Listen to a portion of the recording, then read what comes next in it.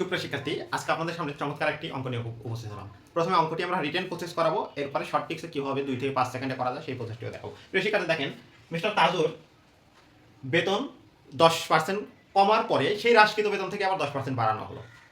তাহলে সবশেষে তাজুর সাহেবের বেতন শতকরা কত কমলো না বাড়লো? প্রিয় শিক্ষার্থী, আমরা যদি প্রথমে রিটেন প্রসেস করি তাহলে খেয়াল করেন, ধরি তাজুর বেতন ছিল 100 টাকা।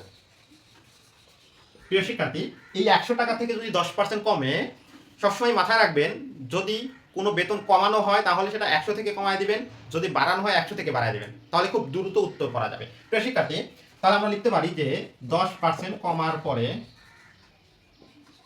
পরে বেতন হয় কত? এই 100 এর দেখেন 10% যদি কমে তাহলে 100 থেকে কমে কত হবে? 90/100। প্রিয় শিক্ষার্থী, এটা কেটে দিলাম, তাহলে কত হলো? 90 টাকা। এখন আবার এই টাকা থেকে 10% বাড়ানো হলো, তাহলে কি হবে? আবার 10% বাড়ানোর পরে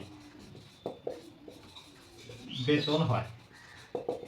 প্রিয় শিক্ষার্থী, কত হবে? এই 90 টাকা থেকে 10% বাড়বে। দেখেন বলেছিলাম যত বাড়বে 100 থেকে বাড়ায় দিবেন, তাহলে 10% যেহেতু বাড়লো, বেড়ে হলো 110/100, তাহলে এই শূন্য কেটে দেন, তাহলে কত হয় প্রিয় শিক্ষার্থী? 99 টাকা।